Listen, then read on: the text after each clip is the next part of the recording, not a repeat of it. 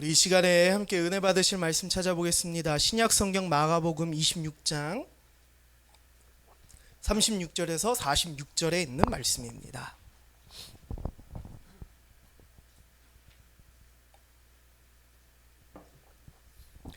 신약 성경 마태복음 26장 36절에서 46절 제가 여러분들을 대신해서 읽어드리겠습니다. 예수님은 제자들과 함께 겟세마네라는 곳으로 가셨다. 거기서 제자들에게 내가 저기 가서 기도하는 동안 너희는 여기 앉아 있거라 하시고 베드로와 세베대의 두 아들만 데리고 가셨다. 예수님은 몹시 괴로워하시며 그들에게 지금 내 마음이 너무나 괴로워 죽을 지경이다. 너희는 여기 머물러 나와 함께 깨어 있으라 하시고 조금 더 나아가 땅에 엎드려 이렇게 기도하셨다. 아버지, 할 수만 있으면 이 고난의 잔을 내게서 거두어 주십시오. 그러나 내 뜻대로 마시고 아버지의 뜻대로 하십시오. 그리고 예수님은 세 제자에게 돌아와 그들이 잠든 것을 보시고 베드로에게 말씀하셨다. 너희가 한 시간도 나와 함께 깨어 있을 수 없느냐? 시험에 들지 않도록 정신 차려 기도하라. 마음은 간절하지만 몸이 약하구나. 예수님은 두 번째 가셔서 아버지, 내가 마시지 않고는 이 잔이 내게서 떠날 수 없다면 아버지의 뜻대로 하십시오 하고 기도하신 후 다시 돌아와 보니 그들은 몹시 피곤하여 또 자고 있었다. 예수님은 그들을 그냥 두고 세 번째 가셔서 같은 말씀으로 기도하셨다. 그리고 제자들에게 돌아와 이렇게 말씀하셨다. 너희가 아직 자고 있느냐? 이제 때가 왔으니 내가 죄인들의 손에 넘어가게 될 것이다.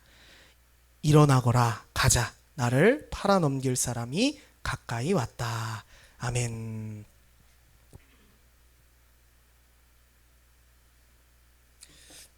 오늘 이 말씀을 가지고 소문의 낙원으로 라는 제목으로 여러분들과 함께 은혜를 나누기를 소망합니다. 오늘 설교 제목이 소문의 낙원이라고 제가 그 춤을 추거나 노래를 부르지는 않을 것입니다. 오늘 이 이야기를 통해서 십자가라는 그 소망을 바라보는 예수님과 제자들을 우리가 나누어 볼 것이고요. 오직 예수 그리스도의 십자가만이 구원이다 라는 것을 여러분들과 함께 나누기를 소망합니다. 여러분 옆에 있는 사람과 한번 잠깐 이야기를 좀 나눠볼게요. 최근에 여러분들이 실패한 경험이 있다면 어떤 것이 있는지 옆에 있는 사람과 한번 나눠보십시오. 저는 이런 거 실패했습니다. 두 사람 한번 짝지셔가지고 한번 나눠보십시오. 최근에 실패한 게 무엇인지. 형제랑 학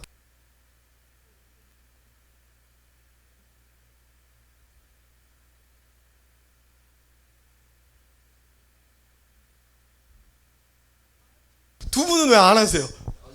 어제 했어요. 세준 형제님이랑 하셨어요? 안 하셨고 여기 예. 누구한테 한번 물어볼까요? 우리 승훈 형제는 뭘 실패했대요? 옆에 사람이 얘기 안 했어요? 예. 옆에 사람이 예. 매일 운동 가는 거. 또 누구 물어볼까요? 예. 종률이는 누구랑 했어? 그 형이랑 했어. 형이 뭐래? 형이 뭔 실패를 했대? 말 안 했어요. 그렇군요. 그러면 저기 종률이가 뭘 실패했대요? 시험 주요. 그 다음에 잘할 수 있으니까. 그래가지고 머리를 밀었구나. 그런 정신이면 뭐든 다 할 수 있을 겁니다. 예, 여러분 최근에 실패하신 경험들이 다 있으신가요? 네, 여러분 실패라는 경험은 참 쓰죠, 아프죠. 그리고 우리를 두렵게 합니다. 오늘 본문에 예수님과 제자들은요 3년 반 동안 공생의 사역을 하셨습니다. 근데 참 놀랍게도요 예수님과 제자들은 한 번도 실패를 경험한 적이 없습니다.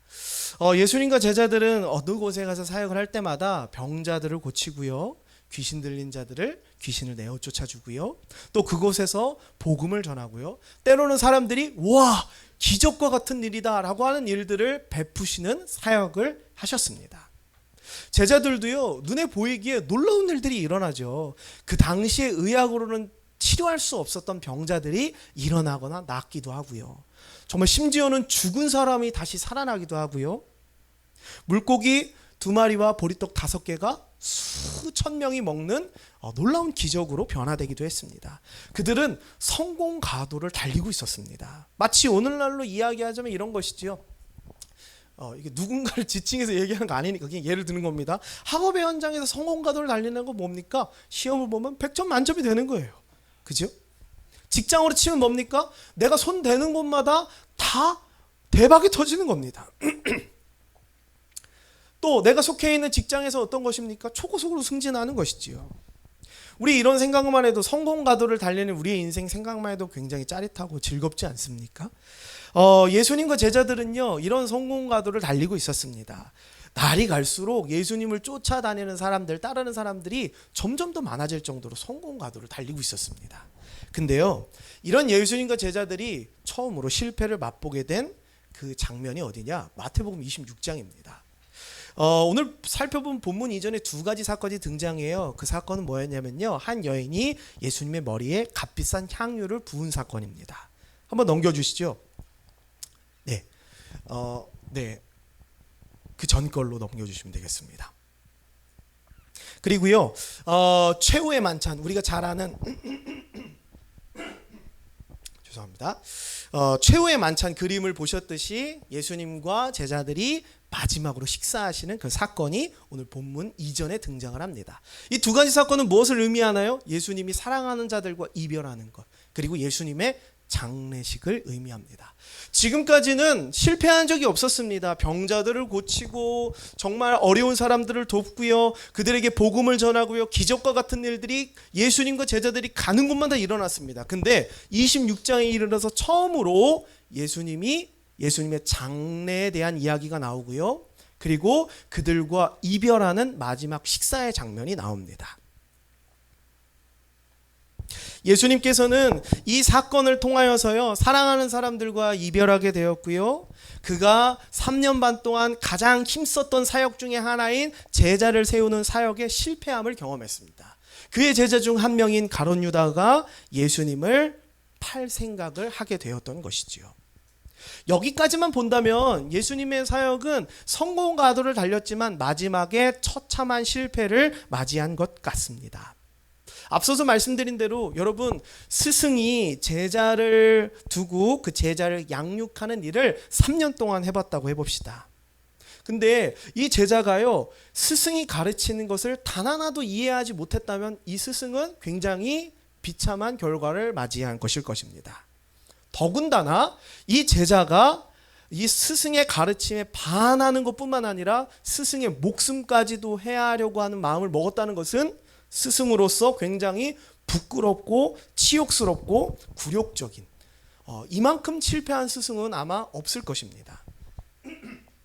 여러분, 예수님의 사역은 여기까지만 본다면 철저히 실패했다라고 하는 것이죠. 여러분 만약 이 예수님의 자리에 들어가서 한번 그 심정을 한번 느껴보십시오. 여러분은 실패를 느낄 때 어떻게 하십니까? 보통 사람들은요 실패하거나 두려움에 휩싸일 때 문제에 직면하기보다 도망갑니다. 그리고 자기가 가장 안전하다고 생각하는 그곳에 안주하고 은둔하기 시작하지요. 한 번 더 넘겨주시죠. 우리가 인생학교 죽음이라는 테마를 가지고 인생학교를 할 때 보았던 미국의 인류학자인 어니스트 베커는요 죽음의 부정이라는 책을 썼습니다. 이 책에서 이런 얘기를 해요. 인간은 죽음을 두려워한다. 그렇기 때문에 죽음에 대해서 더 이상 생각하지 않고 죽음은 마치 내 인생에 없는 부분처럼 여긴다, 부정한다 라는 이야기를 하고 있습니다. 여러분 그렇습니다. 현대 사회는요 죽음에 대해서 더 이상 이야기하지 않아요. 조금 더 말씀드리자면 여기 안 들으신 분들도 있기 때문에 과거엔 죽음이 굉장히 흔한 일이었습니다. 어머니 아버지가 죽는 걸 내가 두 눈으로 직접 볼 수 있었고요, 할아버지 할머니의 시신을 내 눈으로 볼 수 있었다는 것입니다. 흔한 일이었어요.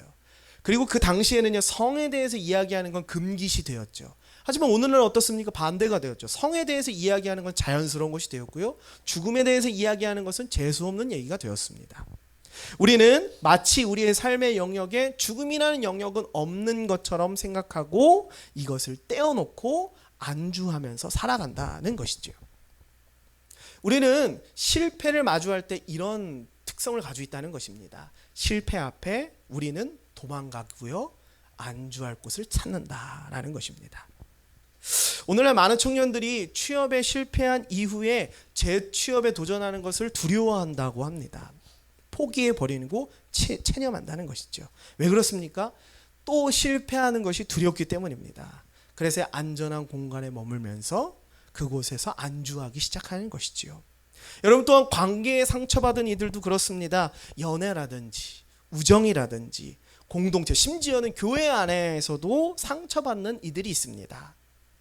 이런 사람들은 종종 관계 자체를 아예 닫아버리곤 합니다. 그렇게 얘기하죠. 사람들은 다 똑같아. 같이 있는 것보다 혼자가 더 편해.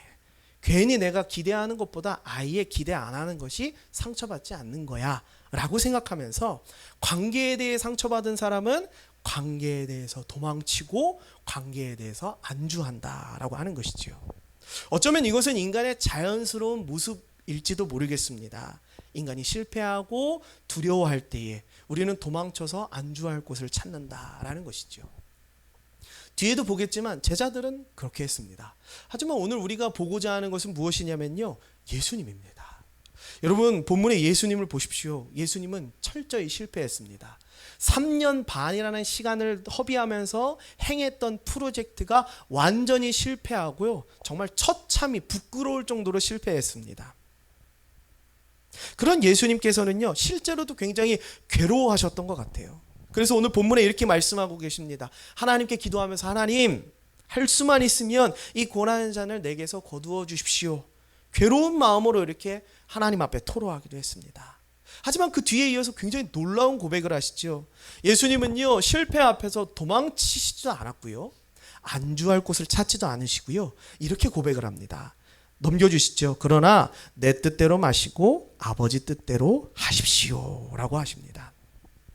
도망쳐 안주하겠다는 우리의 실패와 두려움에 정면으로 반박하시는 것입니다. 아버지 뜻대로 하십시오. 문제에 직면하는 것이고요, 두려움에 정면으로 맞서기 시작하셨다라고 하는 것입니다. 두 번째는요, 제자들에 대해서 한번 좀 보기를 원합니다. 시간을 돌려서 제자들로 한번 봅시다. 제자들은요, 예수님을 따라왔습니다. 그리고요, 예수님에게 가르침을 받았는데요, 예수님은 종종 좀 이해할 수 없는, 알 수 없는 이야기들을 하셨습니다. 그게 뭐였냐면요, 바로 십자가에 대한 이야기였습니다. 예수님 이 땅에 무엇을 위해 오셨고 그의 마지막 종착지가 어디인지에 대해서 계속해서 얘기하셨는데요, 제자들은 그 이야기를 어떻게 들었느냐? 그냥 소문으로 들리는 낙원쯤으로 들었다라고 하는 것입니다. 있을 수도 있고 없을 수도 있는, 들어는 봐서 뭐 어떤 건지는 아는데 뭐 그게 있을지 없을지는 잘 모르지 라는 식으로 들었다라고 하는 것이죠. 그런 제자들에게 26장이 다가왔습니다.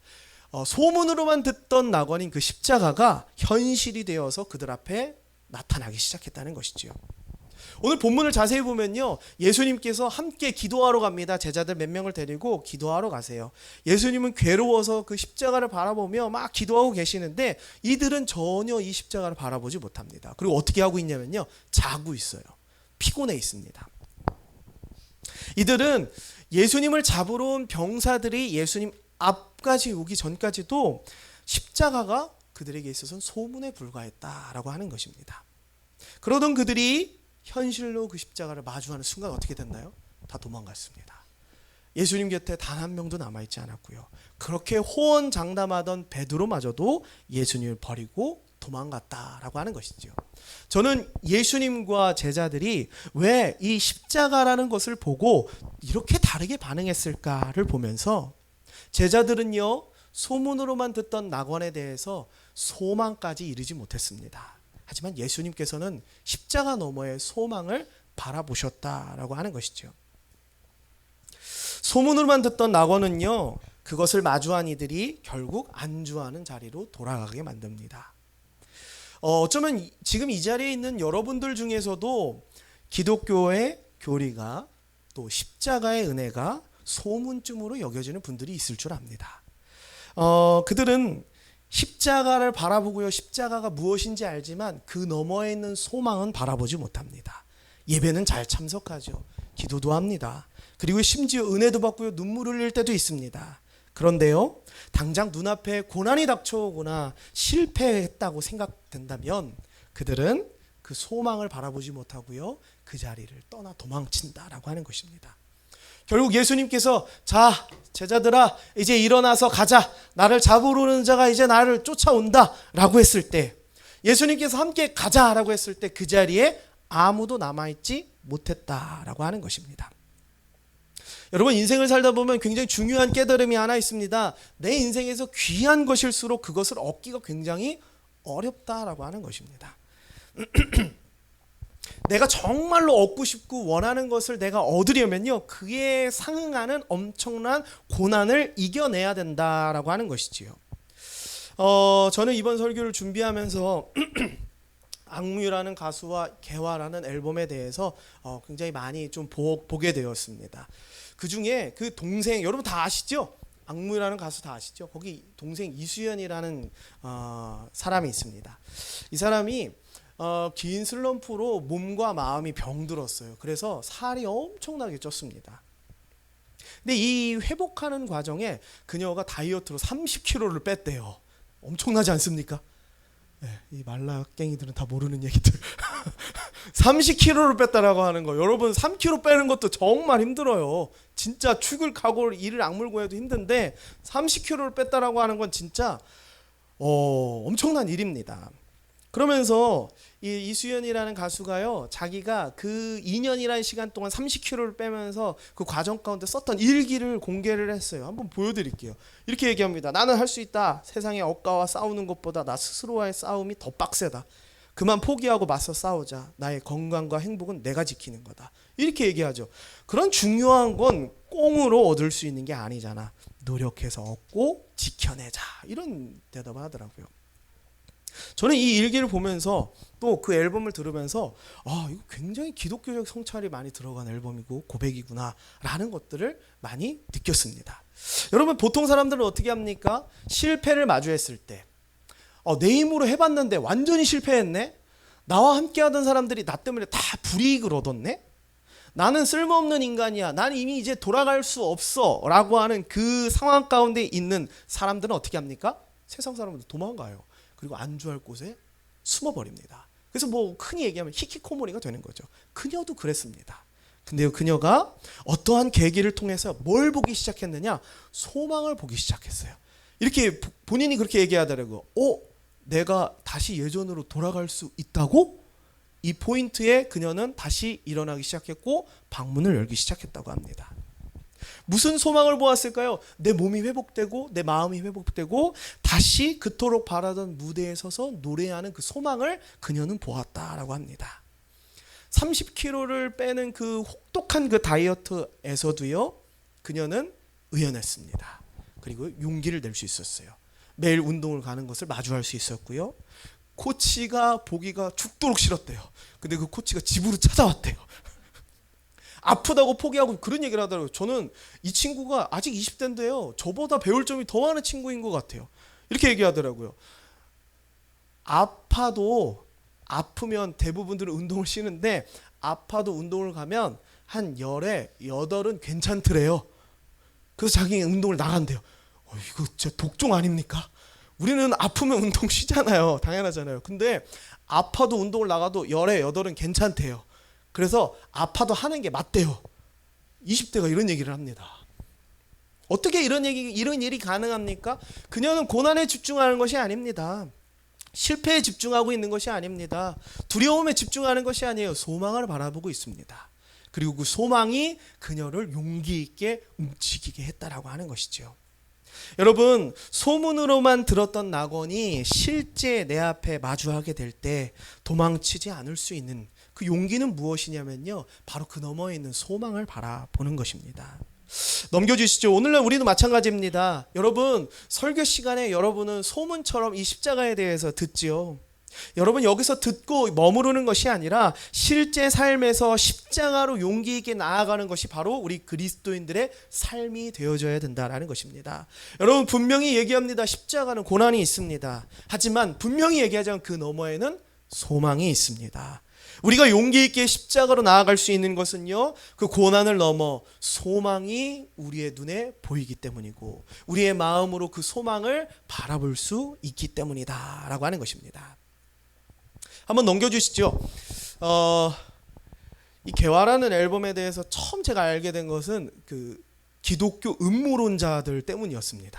여러분들 보셨는지 모르겠지만 저는 전혀 동의 안 합니다. 왜냐?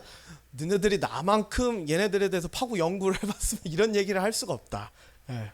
너무 말 같지도 않은 얘기를 해서 더 얘기 안 하겠습니다. 궁금한 분들은 저한테 와서 개인적으로 질문하세요. 목사님 이거 미드소마 뭐 인신제사 그거 아닙니까? 궁금한 분들 저한테 와서 얘기하시면 제가 다 답변해 드릴게요. 제가 이거 공부 많이 했습니다. 제가 이 앨범에 대해서 듣고서 참 놀란 부분이 있어요. 놀란 부분 뭐냐면요. 현재 K-팝 가요의 현업, 그 가요 산업에서 그 산업을 움직이고 있는 그 프로들이 이 앨범들을 리뷰하는 것들, 팟캐스트를 제가 몇 개를 봤습니다. 근데 참 놀라운 게요. 막 수염이 이렇게 나 있고요. 막 그 음악계에 되게 보스인 것 같은 그런 분들이 막 안녕하세요. 오늘은 악무의 개화 앨범 뭐 프리뷰하겠습니다. 그래서 막 얘기를 하는데 그 사람들이 입에서 뭐라고 얘기하냐면요. 이 사람들 달란트가 대단하네요. 뭐 이런 얘기를 하고 이 사람들 어떻게 이런 달란트를 얻게 됐을까? 하늘에 있는 신이 이들에게 준 것 같습니다. 뭐 이런 얘기를 해요. 전문 업계에 있는 K-팝 산업을 지금 주무르고 있는 그 현업에 있는 분들이 마치 크리스천들이 모여가지고 대화하는 거예요.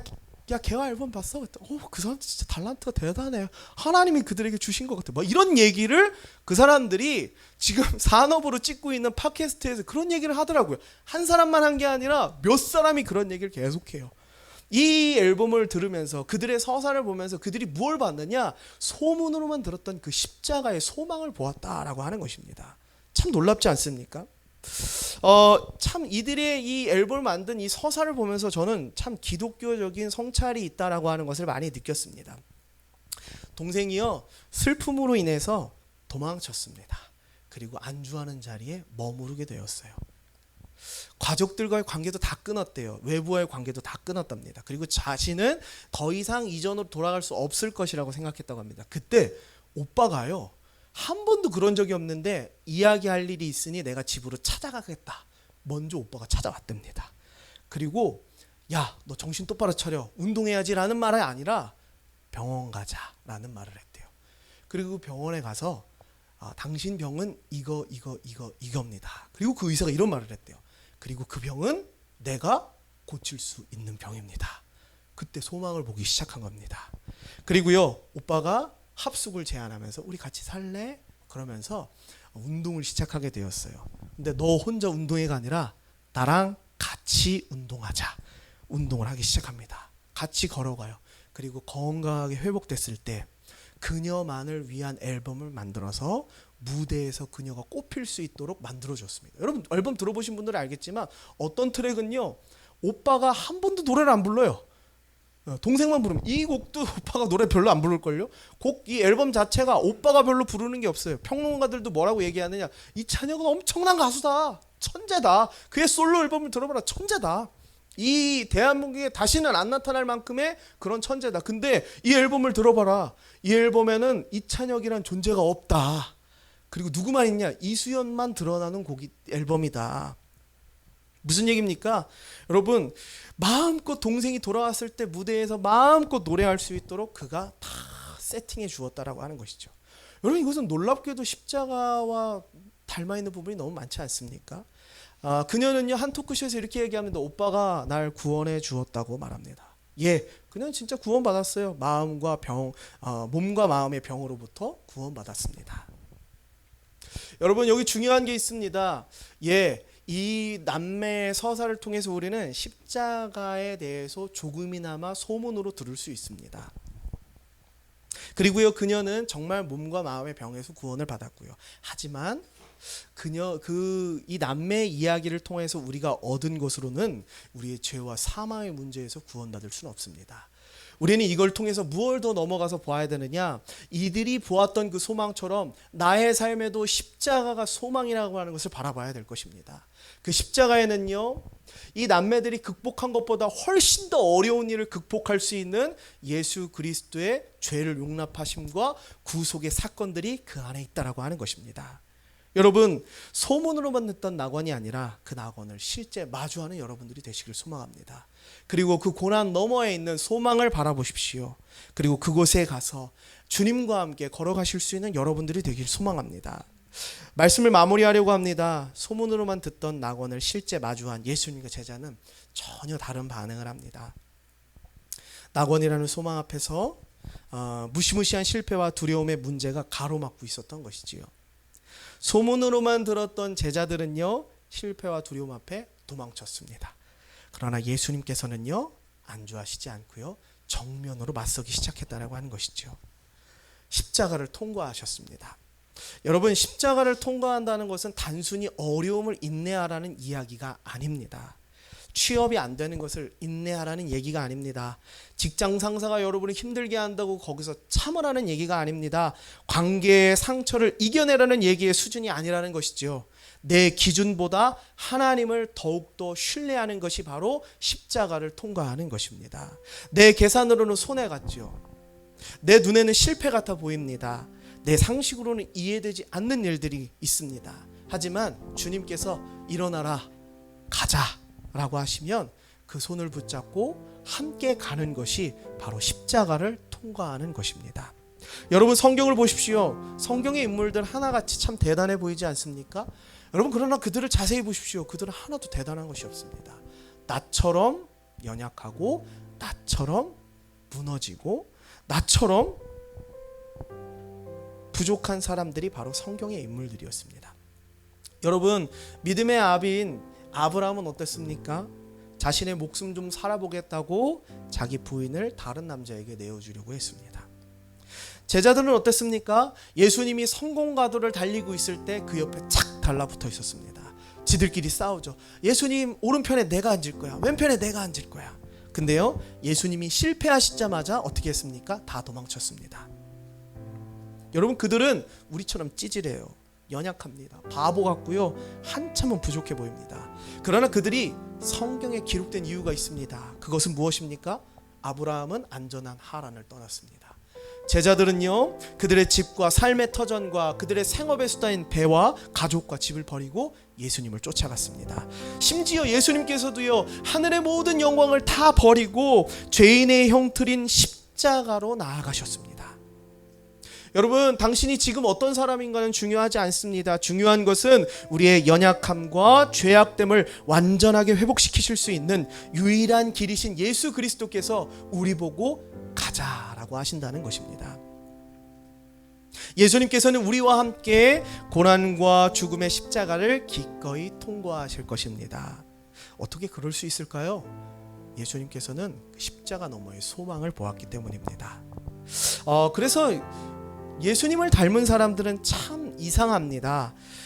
세상은요, 움켜쥐어야 된다라고 얘기하는데 그들은 내려놓아야 된다라고 얘기합니다. 세상은 실패하는 순간 너의 커리어는 끝날 거야 라고 얘기하지만 그들은 뭐라고 얘기하느냐? 예수님께서는 나를 위해 기꺼이 실패하셨어. 그 십자가로 향하는 그 예수님과 같이 똑같이 십자가로 향합니다. 오늘 우리는 십자가를 통해서 알 수 있죠. 처참한 실패가 끝이 아니라 그 너머에 소망이 있음을, 그가 십자가를 통해서 죽으셨지만 그 죽으심을 통하여서 완전히 역전되어 우리의 모든 죄와 불의를 씻으시고 우리에게 완전한 생명을 허락하셨다는 것을 우리는 보게 됩니다. 여러분, 아직도 성경이 이야기하고 있는 낙원에 대해서 소문으로만 듣고 계십니까? 들어는 봤지만 여전히 나의 삶은 내 기준과 안전함만 붙들고 있지는 않습니까? 오늘 예수님께서 여러분들에게 말씀하고 계십니다. 주영아, 누구누구야, 일어나라, 우리 함께 가자. 나를 팔아 넘길 사람이 가까이 왔다 라고 말씀하십니다. 여러분, 예수님께서는 우리 보고 주영아 가라 라고 얘기하지 않습니다. 야, 십자가는 너만 져, 혼자 가 라고 얘기하지 않습니다. 일어나라, 함께 가자 라고 말씀하십니다. 주님은 나와 함께 가실 것입니다.